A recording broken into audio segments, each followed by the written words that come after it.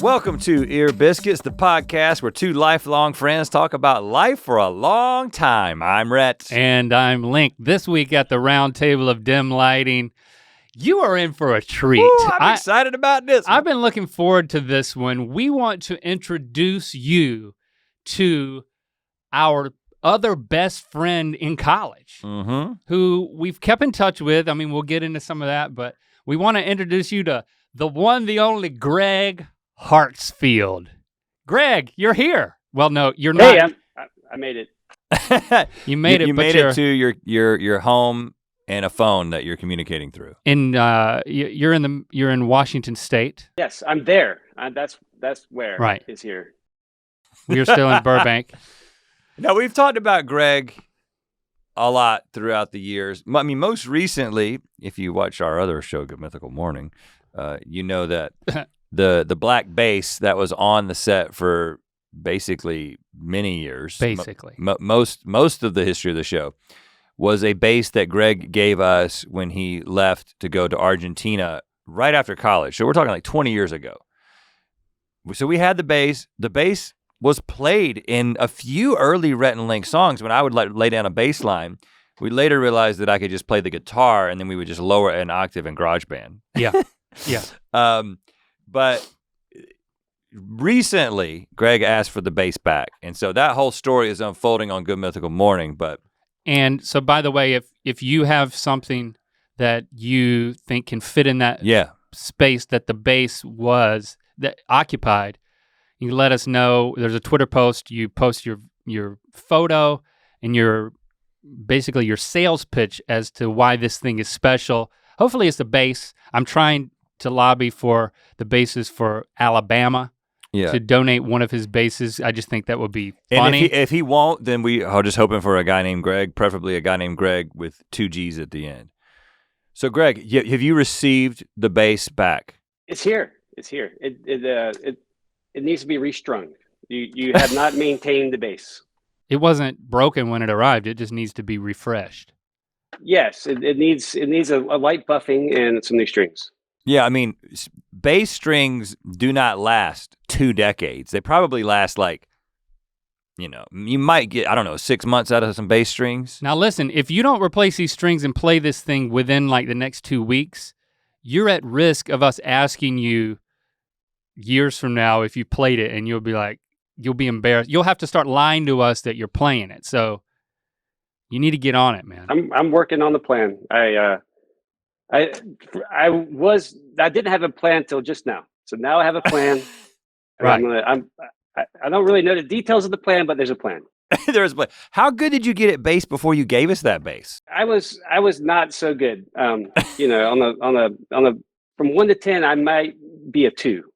Okay, right. And fine. You've been holding steady at a 2. I did go to a jazz club in Raleigh and went open mic night one time, and for some reason people thought I played bass well, but I don't think I did. Are you talking about when you were in college? No, that was after college. I went with Tom from our church. Okay, and you did a little bass thing. Man, I didn't know you were moonlighting. I do remember that you had an acoustic guitar when we first met. I think you could play some Grateful Dead songs. But all right, so tell us, what do you remember about meeting us for the first time? So I've spent the last 30 minutes trying to recreate this memory in my mind. Nothing really pops out, but when I first met you guys, I think it was a freshman year at college, and I saw Rhett up on the stage at Crew, and I was like, there's that guy up there. I didn't really care, Didn't really even want to be at the meeting. We really didn't meet, in my recollection, until sophomore year. So, well, and if that was the first time you saw me, that was your sophomore year, because I may have gotten up front freshman year for something, but I wasn't emceeing because I lobbied to MC my freshman year, knowing that the guy who was a senior was graduating. Oh, okay. So I talked to Mark and was like, well, can I MC, next year? So you must have, because I remember it being the beginning of sophomore year. that was definitely when we became friends, like pretty early on sophomore year. But what was your impression of us? I mean, I remember my impression of you, but I'll let you go first. Whatever you remember of like when we first started becoming friends sophomore year, it was within the context of Campus Crusade, like Todd Smith, who was and still is a full-time staff member. He was like leading Bible studies and like organizing the weekly meeting and a lot of the organizational stuff that happened on campus with the organization.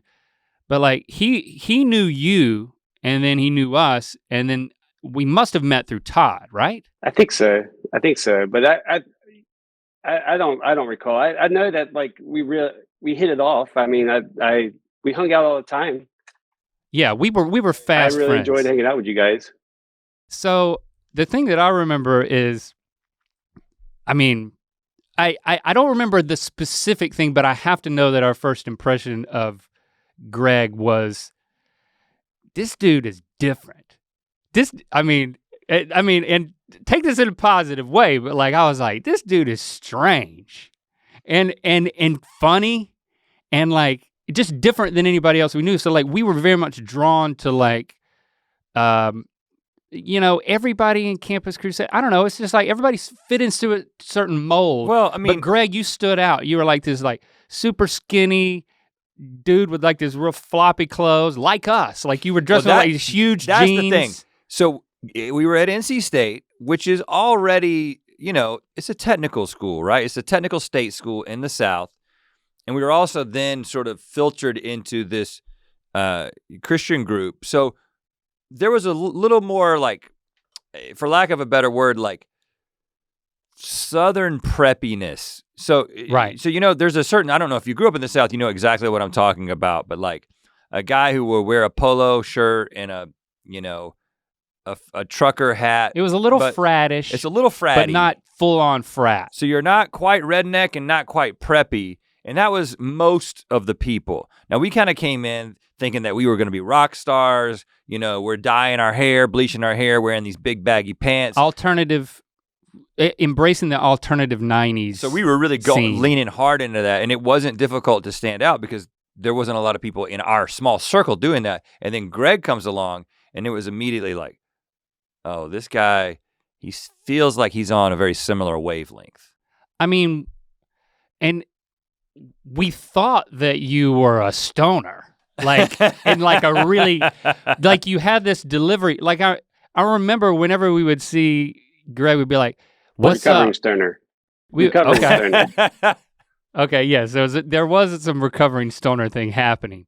So by the time we met you, you were like, yeah, you were being introduced to the straight and narrow through Campus Crusade, and like we were. Besides, Todd was trying to bring you into the fold, basically, right? Yeah, and then he was putting me in my, in the right place. Yeah, and when he introduced us, I was like, we just kind of, we just found you very funny, very entertaining. Whenever we would say, "What's up?" You remember what Gregg would say? Good. It's just like anybody who that's what, like nobody's response to "What's up" is good. Yeah. And every time, and you were always good. You were always good. How else do you respond to that question? I mean, well, you want me to break it down logically? Because I mean, when you say "what's up," what you're asking is like, what is up? Like what's going on? You're asking how are you doing? Well, I mean, you got to cut to the chase. If you say "what's up," you could respond with like, "Well, I'm good." That's one of the things that's up. But you were just like, "Good." Nothing much, man. I'm headed to class. I'm going back to my dorm. You want to come over and play some Twisted Metal? Really, the proper response at that age with a familiar person to "what's up" is "what's up." Yeah. You just say it back. But no one before, but I didn't want you to say anything differently. Or since said good, and that's why we knew that you had to be a constant part of our lives. I think that, we were in this place, we had gone through our freshman year together, like we had made a lot of friends. We hadn't really, really found our group. It was just the two of us on the weekends. I was still I was going back home, see my girlfriend. We were still involved in our band, the Wax Paper Dogs. So freshman year was like this transition period. But like sophomore year, we had basically decided, we were deciding to quit the band. You were deciding and lobbying to be the MC of Campus Crusade's weekly meeting. Yeah. I was already involved in the music team of the weekly meeting. Right. So I was up front singing, leading the music. So I was like, we were moving in these positions where we were like visible positions early on. And so like college for us at the beginning of sophomore year was, okay, I've broken up with my girlfriend. Now it's like all in on college. And right about that same time, very early on, we meet, and it was just like, it was always fun to have you around. So it was just like, in a lot of ways, we became this trio very quickly. Like, I mean, do you remember any more of what you thought of us? I'm not fishing for a compliment, but like, I mean, I told you that I thought you were basically gloriously weird. And it was like, unlike anybody else. So I was like, let's do this. I just thought you guys were, my friends. I just wanted to, in my life, I haven't had, a ton of friends up to that point. I meet you two and I was like, this is my people. This is who I want to hang out with. So.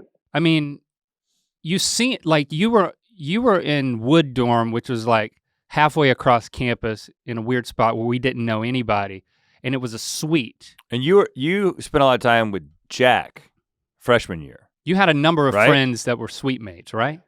Yeah, I had, yeah. And so, because now that I think about it, because junior year, which we'll get to in a second, where we moved off campus, because we met at the beginning of sophomore year, it turns out that a lot happened during sophomore year, because sophomore year was our last year in Sime Dorm. So that was when, Sime Dorm room 24, which has since been turned into a storage closet because the window opens up underneath the stairs. But that was the year that we got into smoking cigars. We would crawl out through that window. In that little area. I have fond memories of that window. Tell us what you remember. Well, I remember, we would smoke cigars. Did we get into the pipes by that point? Yes, I don't know. Pipes by George, yes. Oh, it was low. There were some chairs. It was chairs permanently staged out in the under the stairs area, and there was a dirt floor. It was dark and damp. Because it was, okay, so it wasn't good for our respiratory health. The only window for our dorm room. Walking out of the Sime, you could hear them walking out and talking. Right, because the main entrance to Sime was like these like huge cement stairs. And then underneath that staircase was like, it was just open air, but that's where our window was. So our window never got sunlight. And we would open the window and we would crawl out of our window into underneath the stairs where everybody's walking into the first floor. And there's bushes on both sides. So it was like completely walled in. It was like a cave. Like you probably could have, but you didn't go from underneath the stairs outside. We never did that. It was enclosed. I'm so sad that they made that into not a room anymore because it was the best room. It was great to be a college student there because students don't need sunlight. No matter what time of day it was, you could sleep. It was like having room darkening blinds, but it was just the staircase. And I remember, if you didn't get us into cigars, I don't know who did, but what would happen was you'd say, hey, let's hang out and we'll smoke cigars, and you would come over. Backwoods. You started with backwoods. We were not doing backwoods. Fine well, that's because we didn't have a lot of money. I do remember we would save up, and you were like, we need to go to this place called Pipes by George. And we would go down on Hillsborough Street. It's still there. Oh, you checked last time you went? Yeah, it's still there. And George, you knew George because you had been in there. Yep, was first name basis with George. And you remember what his catchphrase was? No, he would say pipe. Pack in the pipe, pack it like a baby, pack it like a mama, and pack it like a daddy or something like that. But when you asked him about what do you think about this one? Oh, smooth. This is smooth. Yeah. They were all smooth. It's real smooth. It's real smooth. Everything. I was like, George, do you have a tobacco that's not smooth? Smooth. No, I specialize in smooth. So we would go in there and we would buy cigars and we'd save up money to get like the nicer ones. Like a $7 cigar. And I remember that was a big Friday we night. would go sit underneath the stoop, and you're right, there was like dirt. It was a dirt floor. It was dank and dark under there. And one day, I mean, like you would call and be like, I'm coming over. And then he came over and Gregg was dragging a chair. And we're like, where did you get this? This looks like one of the chairs from the student center. Do you remember that? Yeah, I remember now. Yeah, I wouldn't remember that, but yeah, brought a chair over. You borrowed it permanently. Hold on, he was a student. He was a student. I mean, he's paying tuition. It's his chair. Just because it's not currently in the student center doesn't mean he can't use it. He didn't take it off campus. He just brought it to the little hole under the stairs. That was our level of subversion. It was like, we were so by the book, and I'm talking capital B book here. And I mean, Gregg, you were very much like, do you remember us being like very pious? But then, I guess to finish my point, and then you can answer the question, is like, whenever he would come over and he's stolen a chair and we're like smoking cigars and we're like just blowing all the smoke around the entrance to I just felt like we were we were edgy. I think, I wouldn't say that we were pious, we were zealous. There's a very distinct difference between those things, right? Pious is someone who is right obsessed with rule following. Now we were good guys and everything, but we were zealous. It's more about belief. About our belief and our faith.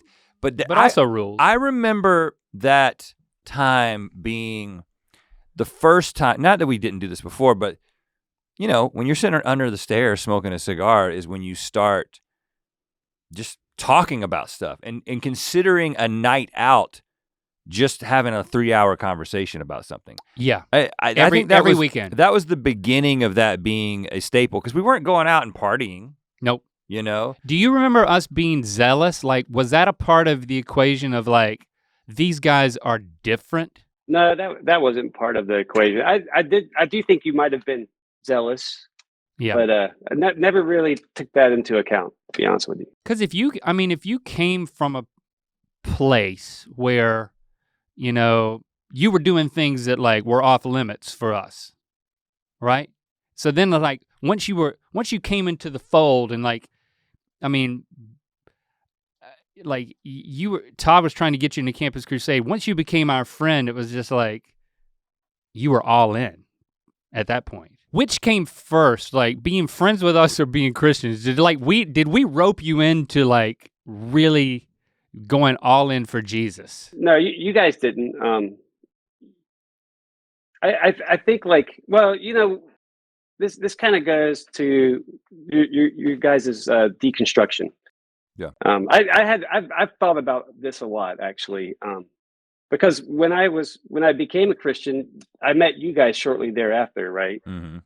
And like I thought of like what does this say about me? Like, does their deconstruction, what effect does it have on me? But I kind of realized that like I deconstructed many years before.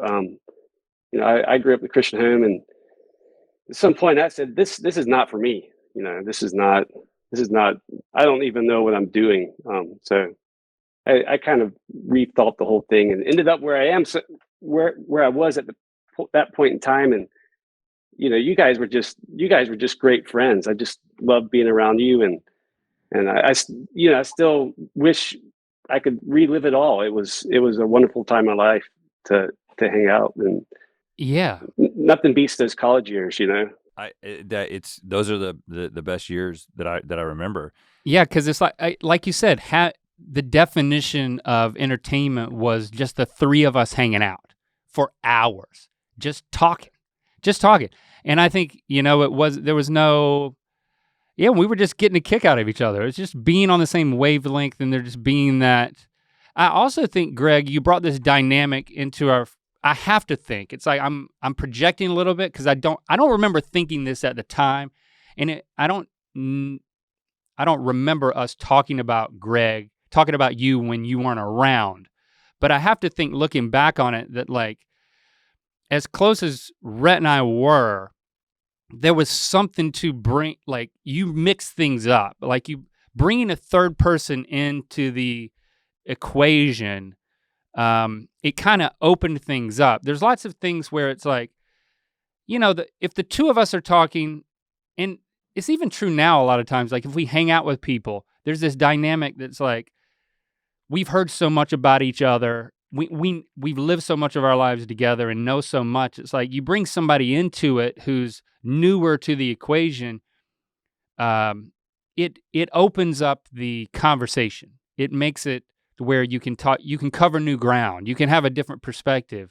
And I think your sense of humor and you were so game for conversation, and you came from a different place. Wilmington, but then like it was just like, okay, this is this guy has a different vibe. He's cool, he's weird, he's got interesting perspective, he's funny. I think it had to have breathed, it had been a breath of fresh air into our friendship to open it up in that way. I kind of see like, you guys are been best friends for a long time. And I think it speaks volumes to your friendship that you would allow a third best friend into that dynamic. And it didn't affect you guys at all. I mean, I could hang out with Rhett, or I could hang out with Link, or we could all hang out together, or y'all could hang out with each other. And it was like, there was no question that the friendship was true. There was never any, worrying that, Rhett had a new best friend or Link had a new best friend. That it was truly, this perfect three-way friendship. It was a perfect three-way. Yeah, that's how we definitely thought of it. But yeah, I was thinking about that too. Well, I think that we were always, without stating it, we were always looking for somebody to be like the third person in our friendship. But that takes a special person, right? Because we didn't know we were looking for it, but I think, I do think when we found it in Gregg, it was just very natural. It has happened a few times in our lives, but the reason it's a challenge is because, we both have to like the person, which isn't always the case, right? And it's not that you like people that I don't like, or I like people that you don't like. It's that we are both pretty particular in terms of like where we're going to invest our time and who's going to be our friend, and it's kind of always been the case. We're both very tough, and as we said, we like spending time with people and then like retreating and analyzing the person and the experience, the two of us later. And I think if we ever talked about you, Gregg, it was like all the stuff that I've already said, and it was all positive, and like there was this vibe that, yeah, I'm actually very surprised that there was something about the nature of our dynamic that you brought something that I wasn't threatened by, because I have to think that very well could have been part of the equation, but it never was. Because we did hang out. I want to talk about the dynamic with how we did hang out, how we spent our time, and it was basically, you hung out with Gregg a lot more than I did during the school and we'll week. talk about why that was. But one of the things that happened early on that sophomore year, I'll see if you remember this, and I don't remember exactly how it came up, but we got you to cut your hair. Like if you remember your mop top, your freshman year haircut, and then you went basically just like buzz, and you basically had the buzz cut for a very long time after that. Do you remember what? Did I cut his hair? Did I cut your hair? I'm sure we all cut each other's hair. We had the clippers. Yeah. You were cutting my hair in college for sure. You don't remember us talking you into cutting your hair? No, I thought I always had that haircut. No, dude. When we met you freshman year, man, you had a lot of hair on top of your head. It looked like a wig. Well, we called it the mushroom. You had a mushroom, dude. We gave you a makeover. And then you guys, whenever you guys would hang out without me, you'd be playing Twisted Metal. Well, but let's establish why. You studied all the time. I studied a lot my freshman year. I studied a whole lot my freshman year. I got all A's, and I was like, okay. Been there, done that. This wasn't, this doesn't need to be what college is about. So starting sophomore year, I was like, I'm gonna study enough to like get out of here with a respectable GPA. But you also had another guy who wasn't me that gave you opportunity to do stuff. Well, and then Gregg, when I was not giving you any opportunity. Gregg is famous for the line when I was over there at his place and we were getting ready to play another round. See if he remembers of Twisted Metal, because that was our game. You remember that? Twisted Metal was our game. Now, do you remember what you told me when I was like, I gotta go study, man? You know what you know. You don't learn anything. I live by that. You know what you know. You don't learn anything. And then there was like this corollary of like everything I know I learned in kindergarten. Was that also you? No, I don't think so. Okay. I didn't learn anything in kindergarten. The catchsphrase. I mean, me and Gregg, you know what you know. You don't learn anything. It's interesting in the dynamic that you're talking about with not feeling threatened, because Gregg and I did end up spending a lot of time together, playing video games, eating Gumby's pizza.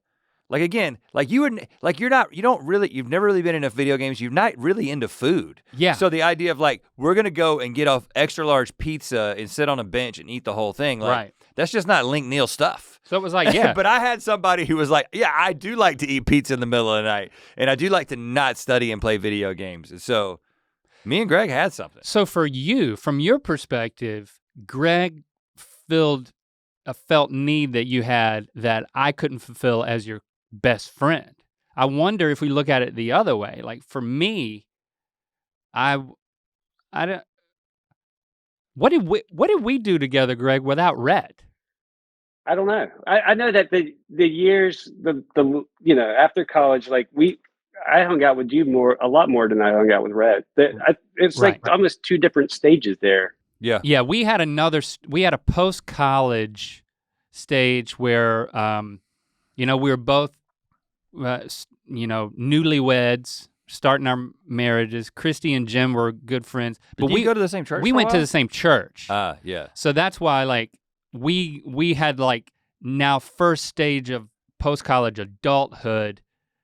I would go over to your house and like you still had that Homer Simpson grill. Like it was a yellow grill. It looked like from The Simpsons. I had one of Gregg's briskets on that grill, man. You still have it? Still have it, yeah. But to go back to sophomore year, yeah, so you would go over there, you would play Twisted Metal, and then let's get into the prime time of it all, because you took over. Garrett was a senior, our freshman year-ish. He was the MC, year. He was leaving. He pulled you under his wing, and you were just waiting for him and Todd to ask you to step up and be the MC. You were lobbying for that. Yeah. And I was in support of that, but like you were having it was like there was these like recruiting conversations. It was interesting. But then you got the job. Mm-hmm. There was no pay. And then because I was already up front, we were we were both in the most visible roles as students to like shape what the weekly meeting looked like.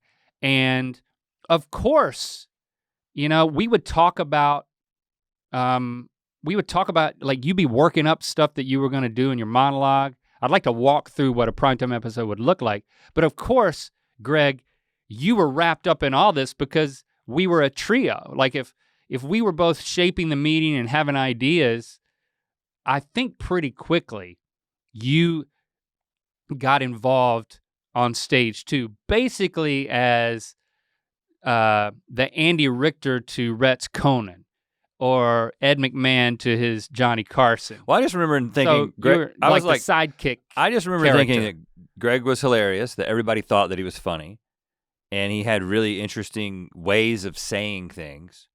Yeah. And so I was just like, why don't you come up and just give a deep thought? So it was obviously a throwback to the Jack Handey thing from SNL days, but it was just like, Gregg, do you have a deep thought for us? And then I honestly don't remember how those were concocted. I don't know. I remember how they were concocted. Okay. We would sit back before the meeting, and we would all come up with this deep thought, and you guys would perfectly plan out what I was going to say, and I could never say it. Never say it quite as written. But there was which was part of the thing that made it great. And then a lot of times I would you and I would be working on it because Rhett, you'd be working on the other you'd be working on your monologue, Right. So then while you're getting prepared last minute for that, Gregg, you and I would be over on the side and I would be drilling you in your deep thought. You do remember the preamble to it, right? That was the same every time. Yeah. I didn't mess that up, I don't think. Let's hear it. After much deep thought and great meditation, I've come to the realization that and then you would say it. I don't know. I don't remember one. Yeah, I don't remember any of that. Yeah, after much deep thought and great meditation, I've come to the realization that if you're gonna walk backwards, you're only seeing where you've been, but that's not a bad thing if you're about to walk off a cliff. I don't know. I made that up, but they would be that non sequitur. And they were very unrelated. They weren't themed to anything that I was talking about. Because what I was doing every single week is I mean, this is one of my favorite times in my life, because I had this audience and I basically was like, I'm writing a stand-up routine, an original stand-up routine every single week. I was much more excited about that than I was studying. Yeah. And it was just like, okay, well, this week I'm gonna tell this story, or this week I'm gonna do this. And I remember one week I was like, I had gotten so much confidence, was way overconfident. I was like, this week, I'm not letting myself think about any of it until I'm up there and I'm doing it all off the cuff. I don't think that one went that well. No. But it was just such a, I mean, it was really and of course, there was the video aspect, which probably was about 1 out of 10. Let's paint a picture for how this went. So we did that like 2 times a semester. The weekly meeting, every Thursday night, it would start, I think when you started, it was like, it might have been a few hundred people. And then that was sophomore year, junior year, senior year. By senior year, it was the largest campus group. There was like over 1,000 students coming to this thing. They had to start like moving the venue. And it wasn't just because of any one thing. I mean, the fact that, there was a lot of comedy involved. It was very fun. It was a fun environment to be in, but so that was a factor. There were other factors too, but I think it definitely was a positive contribution to like the numbers growing every week. It became kind of this spectacle if you're gonna show up to this thing. And in my mind, I was very much a part of it. Obviously in your mind, you were the center of it as the host and Gregg as a sidekick, but like, whenever we'd get together sophomore year and then junior year when we moved into an apartment, the 3 of us together, it was like the epicenter of planning, like working with Todd on planning a meeting. Yeah. So the meeting would start with like singing and I would lead the singing. Mm-hmm. So I would be up there and like saying stuff in between songs and kind of scratching that itch of like having an audience. But it was very spiritual. I had to stay in my lane. Yeah. But then the next thing that would happen is you would come out as the MC and like do a welcome. But a lot of times we saw that as an opportunity to create a video. And they had done this in years past, create a video where it would be this comedy lead up to you. It would always be you're doing something, some sort of adventure or something.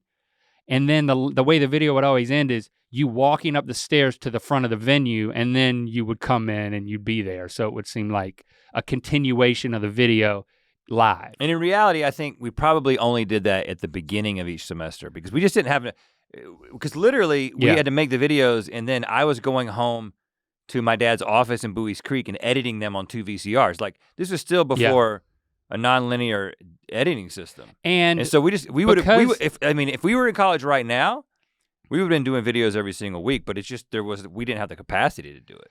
So at first you would just come out, maybe without a video, but then when we started making videos, you and Gregg would come out as a duo. Yeah. As a comedy duo. The 2 of you would come out, and so the video was a set piece to introduce the 2 of you whenever we could make those. Mm-hmm. And I was the director, DP, I was the cameraman. Right. And I would you and I were very involved in coming up with what these videos would be. And then it would be kind of some sort of storyline. sometimes like Gregg would be lost, or you would be like fighting. I had to like find Gregg a couple of times, but then I think one of them you actually carried you in. You carried Gregg in, like he was like passed out or dead or something. I never thought of this, but why did I never find Rhett? Why was because I you were the always sidekick. lost? You were the sidekick. I had to find you in order to, feel complete. You would come down the aisle together, and then you would stand on the side. Rhett would do his monologue. I would be sitting in the audience laughing the loudest. I was basically doing what Stevie does in Good Mythical Morning. You were like the crowd, like the person who sits in I'd the crowd. break the icebreaker. I'd break. Let everybody know it's okay to laugh. It's okay to laugh. Applause, coach. Yeah.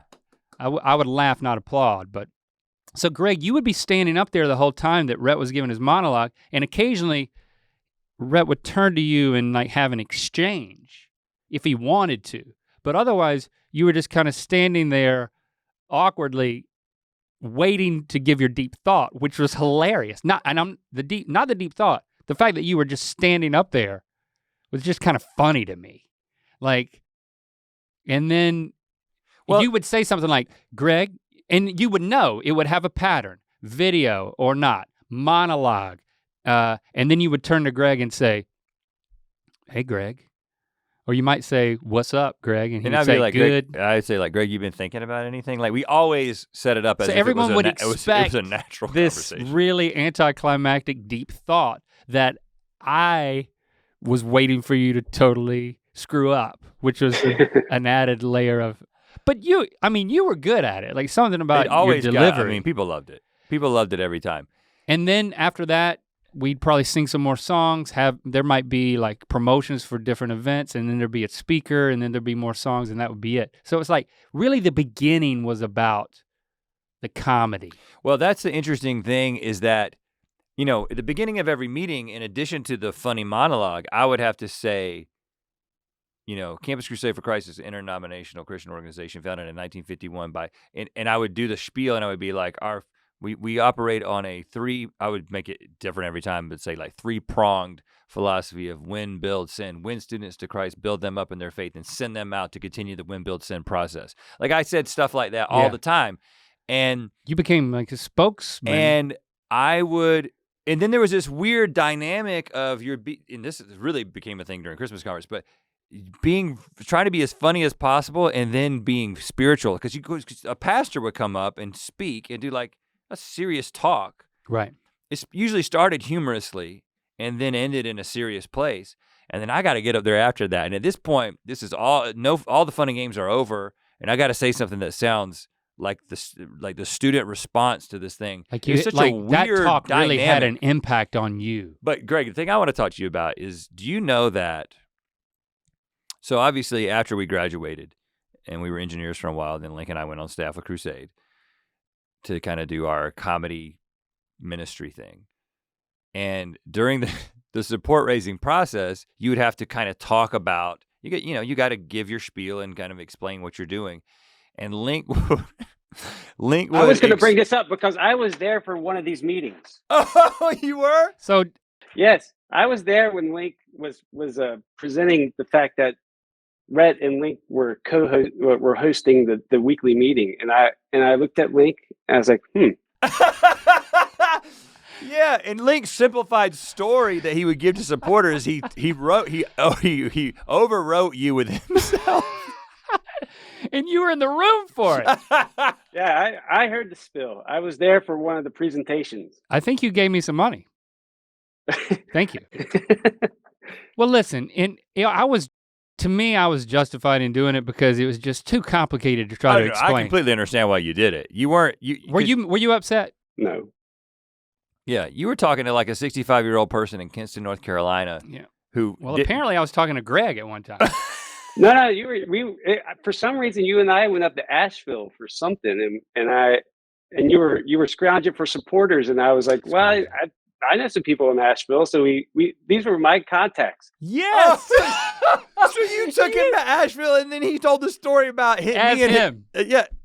It probably didn't occur to me as I was saying it. I don't think they supported you. They could see through your life. Yeah. I'm you glad. had the perfect opportunity to be like, and Gregg was up there.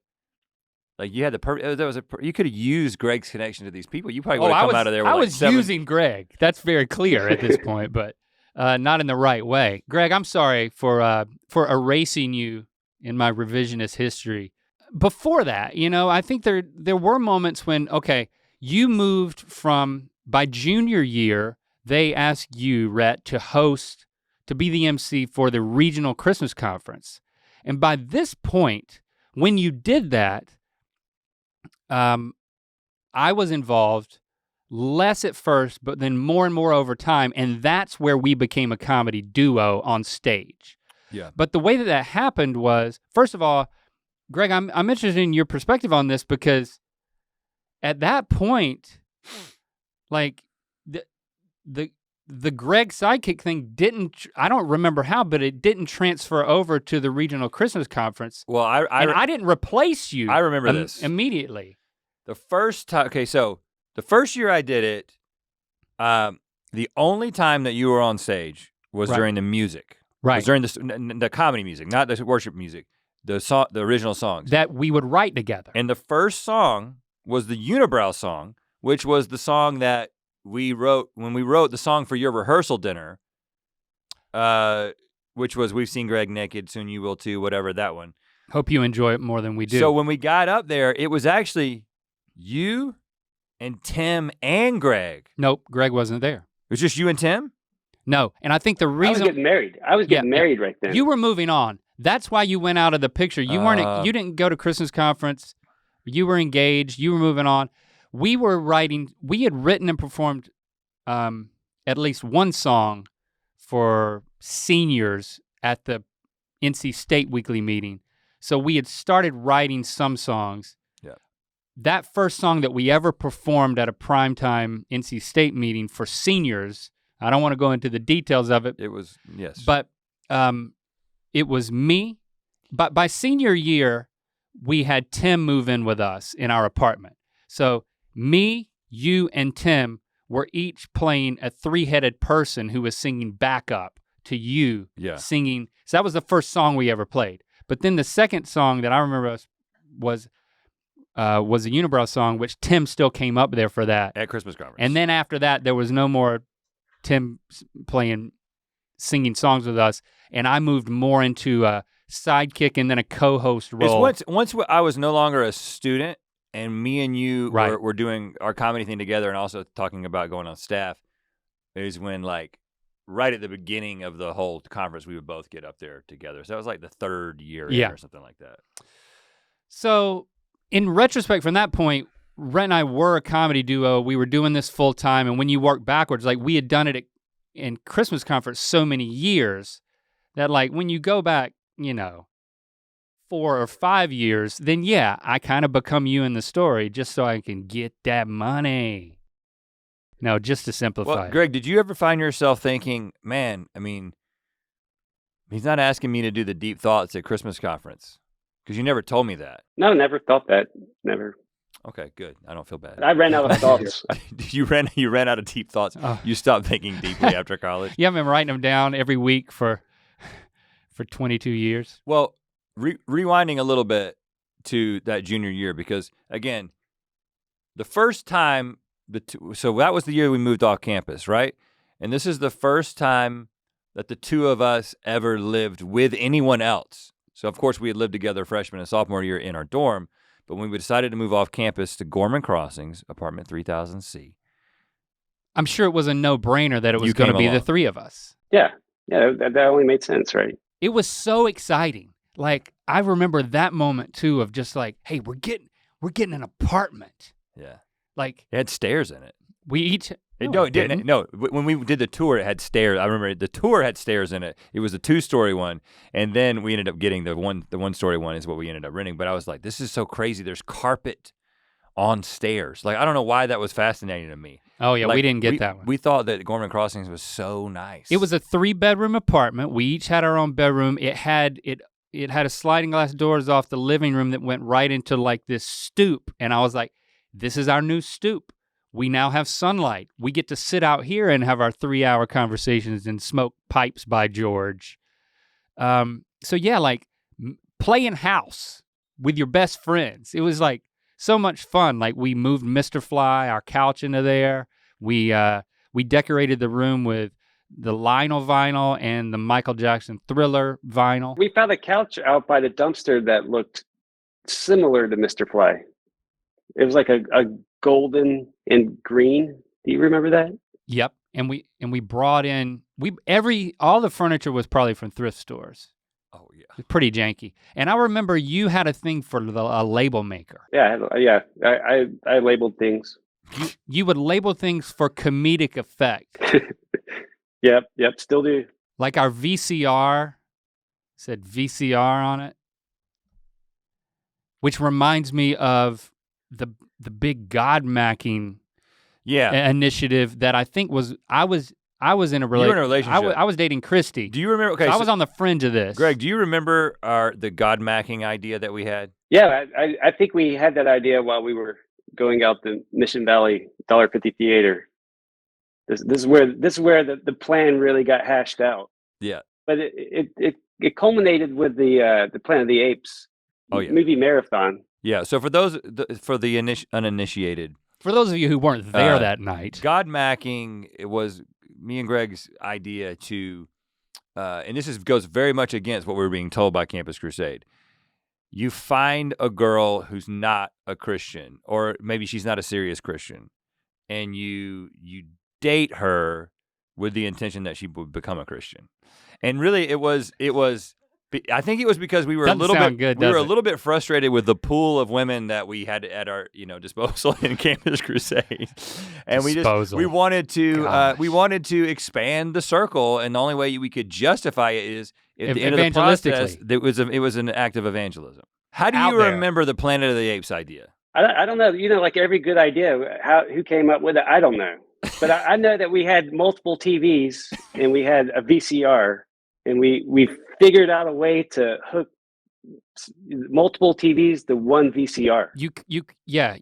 That's a classic Gregg. There was Planet of the Apes in every single room of the apartment. You created a closed circuit television system, so in anticipation for so many women who you didn't know. We wanted it to be us and all women. That was the plan. So you went around campus and started inviting. And we would go up to strange women. We would just go up to groups of girls talking and be like, "How you guys doing? We're showing Planet of the Apes at our apartment." Some girls came. They did. They showed up. I mean, not many. We had more TVs than we needed. Not more TVs than women, but to your credit, there was a good number of women there. I would say there were at least 8 women there. And I walked in and I didn't know any of them. And Planet of the Apes was showing on at least 2 televisions. I don't know if there was a third one. Yeah, and Greg, we didn't provide any, if I recall correctly. Was there food? There definitely wasn't alcohol. There was no alcohol. I don't know if we even had drinks and food, man. Like, we didn't know how to throw a party. We were just like, they're just gonna be interested. Why would you need drinks and food? There's Planet of the Apes. Oh man, I would love to hear one of those. No relationships came out of that. I would love to hear one of those girls describe that. Like, they're out there somewhere and they're just like, I think it would kind of invited me to this thing. Yeah, some strangers invited me to their apartment to watch Planet of the Apes. They really built it up as a big deal. Yeah. I'm sure they don't even remember it because it was not memorable. They did not mention Jesus because you can't do that because you did one. You got to use Planet of the Apes as a segue into the gospel. Right, bait and switch they call that. So you baited them with Planet of the Apes, and so I think they would say, well, we showed up and they were watching Planet of the Apes on the VCR, and the couches were kind of ratty. There was no food. They seemed very excited that we were there, and then we left. I think that's what they would say. Man. So maybe it's not all you hoped it would be. Yeah, but hey, you know what? It took a lot of initiative, and you guys really. But again, I was in a relationship. You guys are trying to play catch up. You still are. I got married first. Okay. Greg, you got married second. I got married in May. You got married in December, and then Rhett, you got married the next June. Right, all within the 1 calendar year. But and all still married to the same lovely women. So, Greg, you jotted down some stuff. One other thing here. About relevant to what we're talking here. There was this girl named Lindsay. Mm-hmm. Yep. Like I was talking to Lindsay. This is the one bone I will ever pick with Rhett, and I've never done it. So here I go. Oh, I'm excited about this. Oh yeah, I thought you would be. There was this girl named Lindsay. Yep. Oh, I remember. Lindsay was interested in me, and I was interested in Lindsay until Rhett got involved. What happened? Well, all I know, next thing, Lindsay likes Rhett. But she didn't though. You were talking to her, right? Did you go out on a date? The date was it was about to happen. It was imminent? It was imminent. Yes, imminent. But like in your mind it was imminent. Yes, definitely. And hold on, did you tell me, did I know this? Did I know that you liked her? I remember it. I remember Gregg liked her. I remember Rhett sort of like hinting, like, would it be okay if I talked to Lindsay? And I mean, what do you say to your friend when they ask if they can talk? You were my God-macking partner. I mean, I just thought that it was just tit for tat.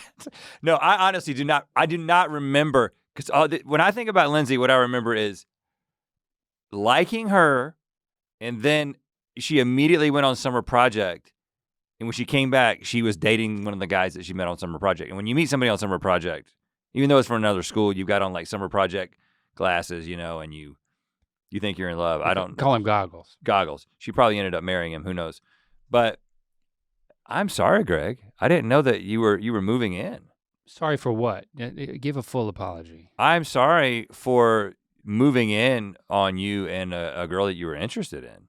Well, I'm over it. I'm over it now. I don't think I really understood that there was something there. I didn't know that was happening.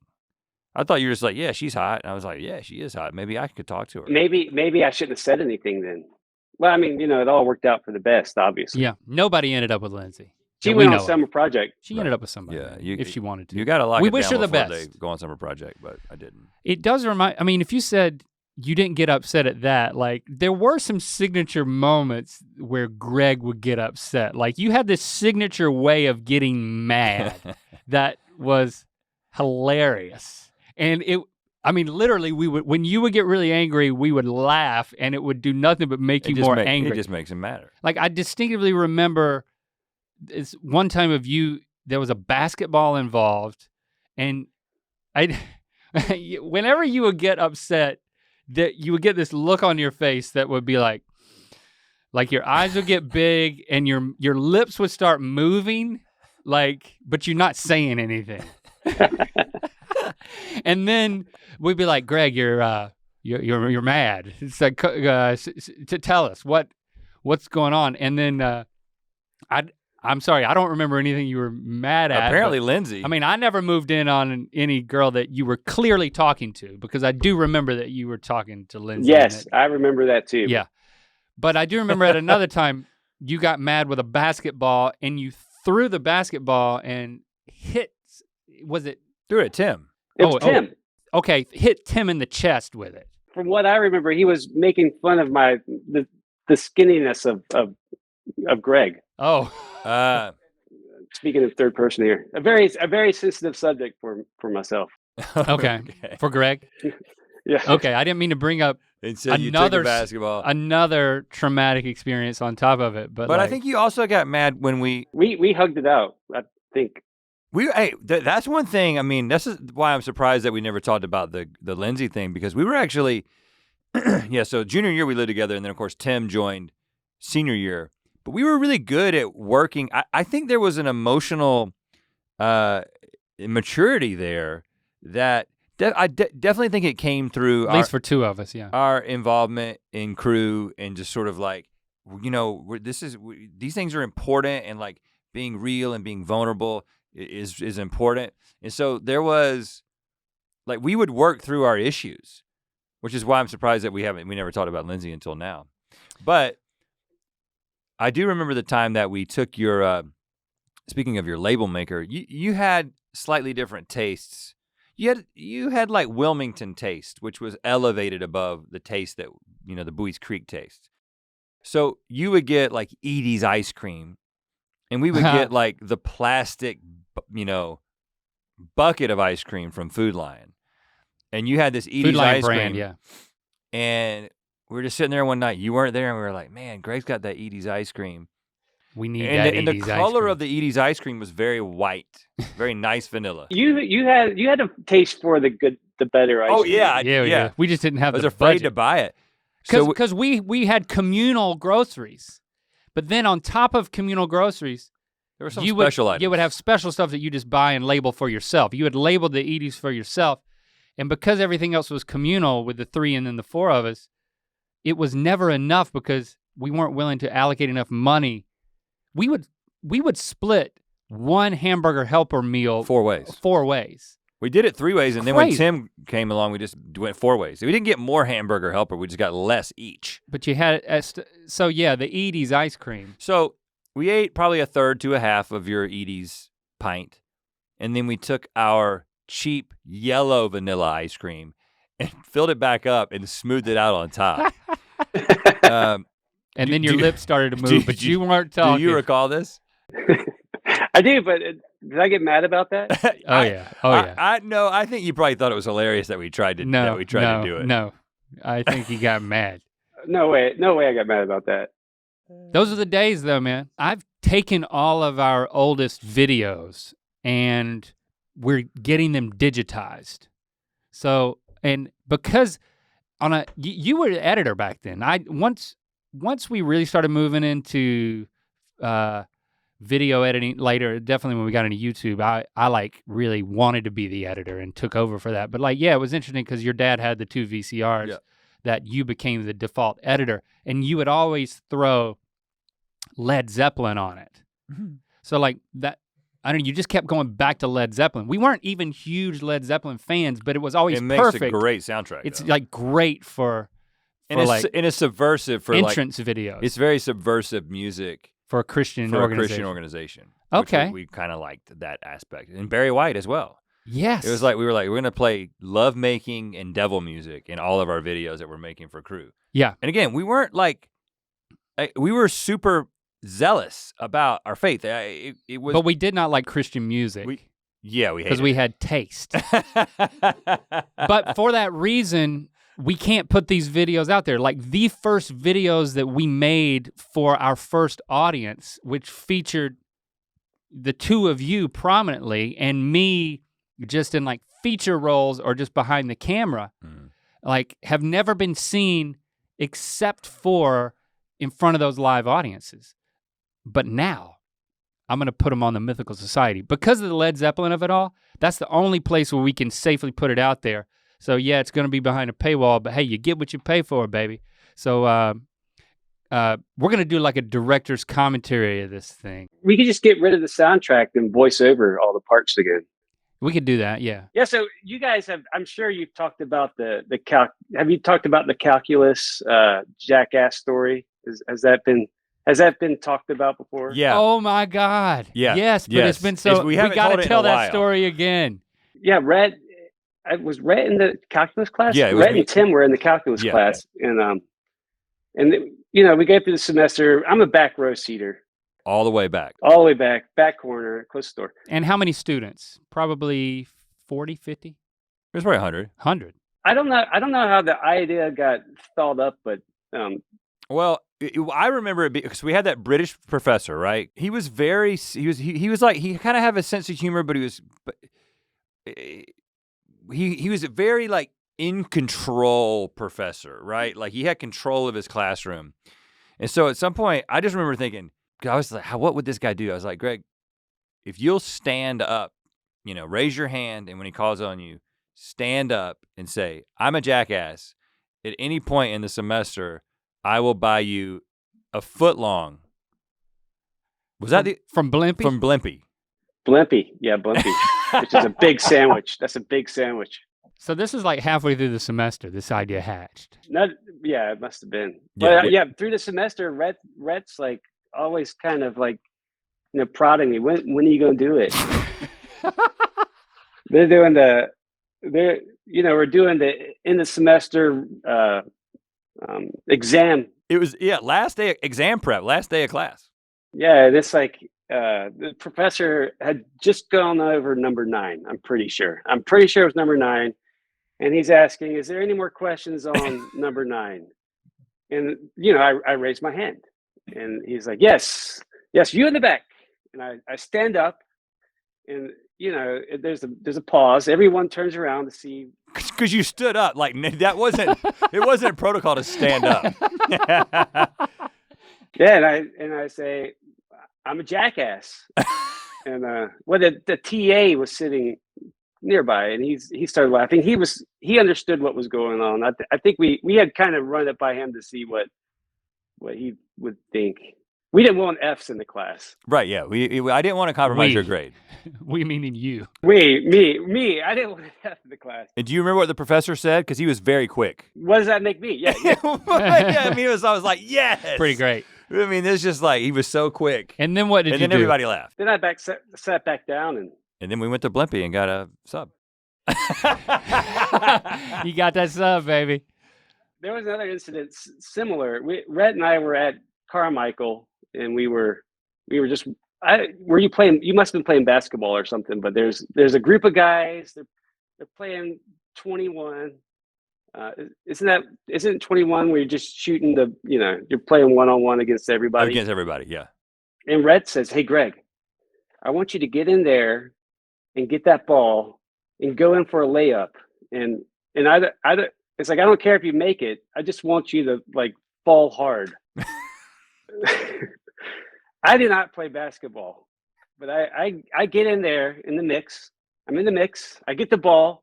And I go for a layup, and I throw it as hard as I can up into the rim, and it hits the rim, and it hits me in the face, and I'm laid out, and I thump on the ground, and those guys, I'm sure they've never had a better laugh since.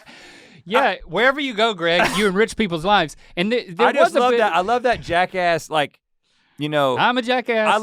I love jackass humor to this day. Like one of my favorite movies of the year is Jackass Forever. Like I love it. And again, I love watching other people do it. I took Shepard to that movie because you don't care about it, right? And so it's like, and Gregg was just like the perfect up for anything. Yeah, he was like, I'm totally gonna do this, and it'll get this reaction. Now, so I mean, yeah, we did. You were kind of. I mean, you were the object of a lot of humor. You were the subject of a lot of like ideas that we would hatch. It was like, because I don't know, it was kind of like we produced you. We were like comedy producers.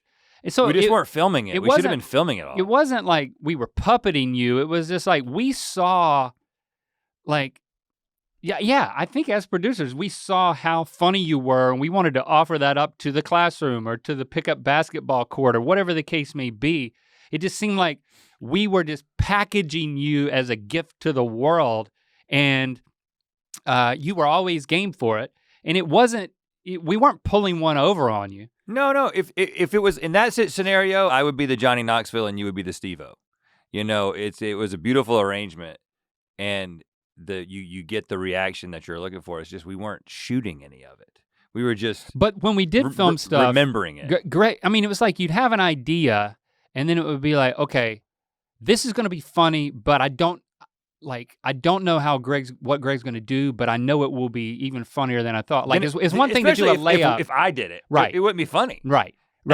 You know what I'm saying? But it's not, okay, it'd be funny if he does a layup, but what you don't know is that he's gonna hit himself in the face by accident. I remember we were shooting this video, and I was setting up this shot, and I was like, hey, Gregg, you've gotta run around the corner and then into the entrance to our dorm. And I'm filming it. I hope I can find this footage. I'll show it on the Mythical Society if I find it. You're running, and you had these big ass baggy jeans, but you didn't have an ass. And we always saw your crack, man. Your crack was always showing. And you're like running around the corner. And then I remember seeing this through the camera, clear as day. You're running, you turn the corner, and then as you're running, your pants start slowly falling down to the thigh, to the knee, to the ankle. But you didn't stop running because you knew exactly what you were doing. You knew where you needed to go, and it's like, okay, he's gonna make it to his mark. He's just not gonna have pants on when he gets there. And like, I don't know. You either fell or didn't fall. He got steps from the door and fell down. You remember that? Yeah, I remember. I was still running and the pants were all the way down. But it wasn't. We couldn't show that one in the Crusade cut. But there was a video where you were two completely naked. Completely naked. And you were playing video games. Twisted Metal. Twisted Metal. And it's like, we didn't say but he's like, oh no, we forgot that it's time to be at the primetime meeting. That was one of the semester's opening meetings was me and Gregg playing video games naked. And I framed it up. I don't know why they let us get away with any of that stuff. Because I framed it up where you couldn't see your junk. And then it's like, oh no, they're naked, they're playing a game. And then it's like, oh no, we gotta go. And then you both start to stand up, but you grab your book bags in such a way, in the perfect placement so that, but like, I gotta give it, listen. You were probably naked. Like you were literally both probably naked. I gotta give it to Mark Valentine and Mike Mahaffey and Todd Smith. For letting that go through. For being cool with that, you know. I hope they don't have any regrets about how we ended up. But it wasn't because of that. Like they you know, they knew it was important and they were willing to have fun. And it was like, it's just a couple of dudes naked playing video games as a joke. It'll be funny. So, first of all, Gregg, do you have any other memories that you've jotted down? I love the fact that you actually made notes. Like we've never seen you actually make notes. You've actually done homework. This was important. This conversation was important. Anything else before? No, I just wanted to bring up one other thing. It was Rhett's wedding rehearsal dinner. Was it barbecue? Pig picking? Yeah, we had a pig picking. Yeah, so I was at that function, and everyone, we're sitting in a big circle, right? We sit in a big circle, and everyone's going around. They're saying, how wonderful Rhett and Jesse are, and I felt the need to say something important, but big mistake.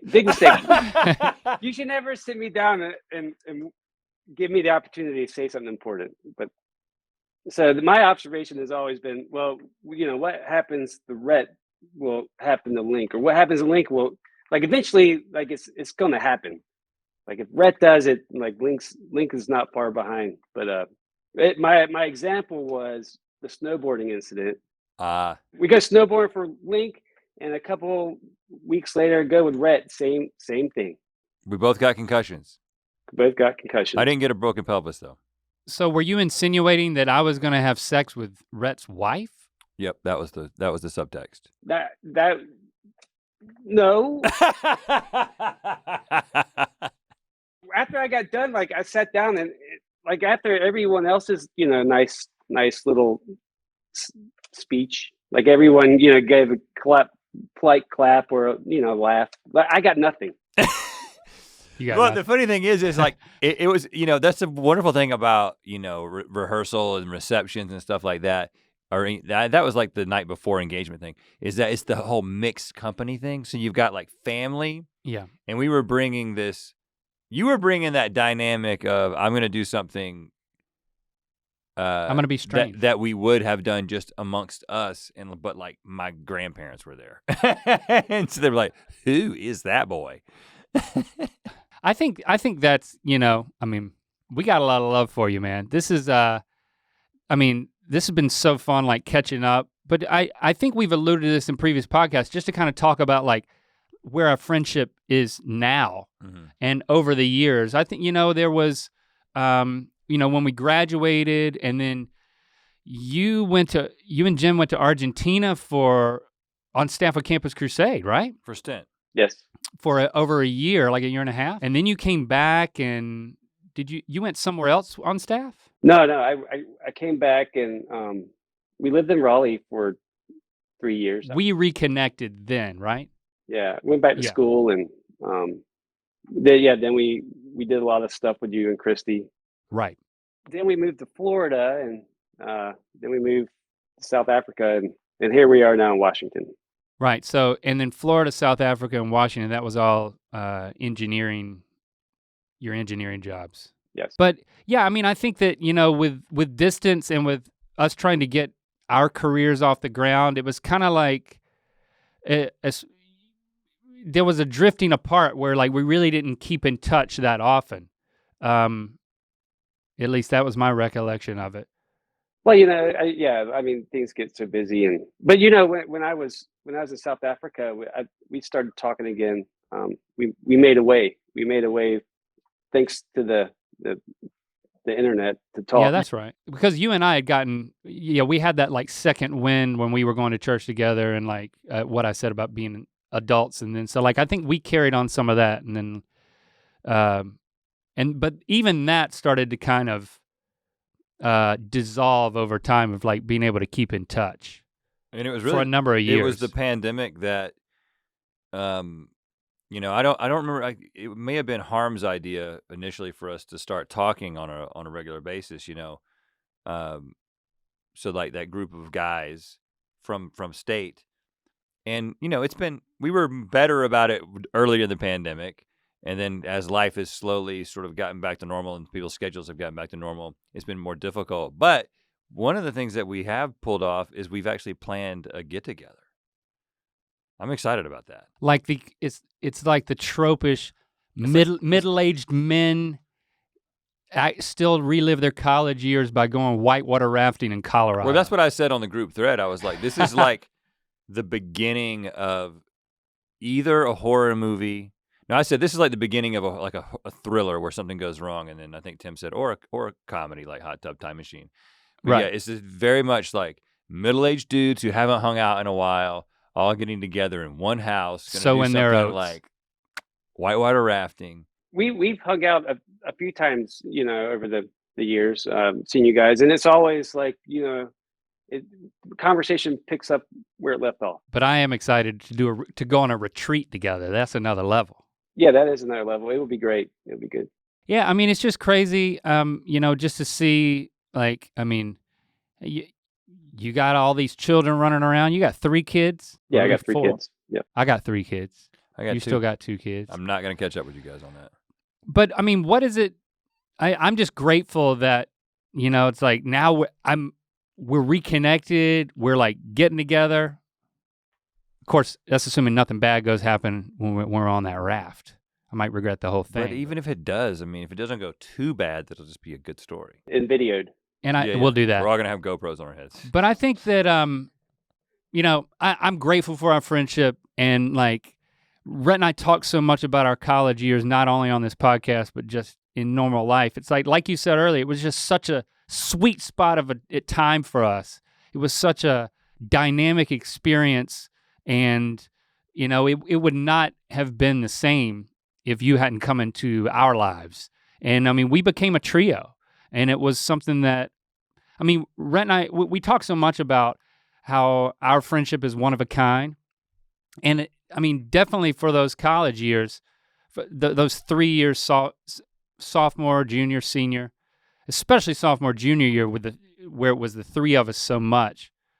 I mean, it was just such a special time that few people have that, you know? So we just kind of fit together like a glove, and, you know, I wouldn't trade it for the world. It was just super, super sweet, you know?